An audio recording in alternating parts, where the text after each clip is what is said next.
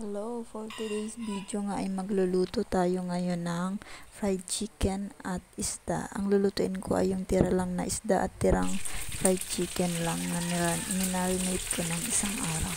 So habang nagpiprito nga ako dyan ay inayos ko na yung mga lulutuin kong ulam na isda. Nilagay ko na muna yung talong, nilagay ko na yung mga ricados, meron niyang luya, sibuyas, bawang, kamatis, at nilagyan ko ng black pepper at bechin konti.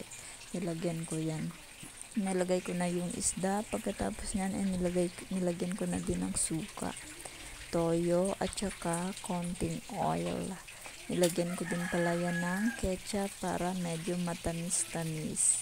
Hindi ko na yan nalagyan ng sili kasi naubos na kahapon. Inilagay ko sa bangus. Nag-ihaw kasi ako kahapon ng bangus. So habang nagpiprito ako, inilagay ko na din sa kabilang lutuan ang isda para sabay na silang maluto. So ayun, luto na nga yung isda at luto na din yung fried chicken.